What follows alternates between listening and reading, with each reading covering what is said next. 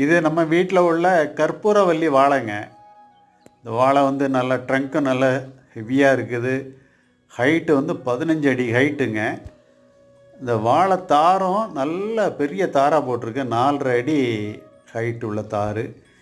நல்லா ஹெவியாக இருக்கிறதுனால இதுக்கு வந்து நம்ம கட்டாயம் சப்போர்ட் கொடுத்தாகணும். இப்போ நாங்கள் இதுக்கு ஒரு 15 அடி போல் சப்போர்ட் கொடுத்துருக்கோம்.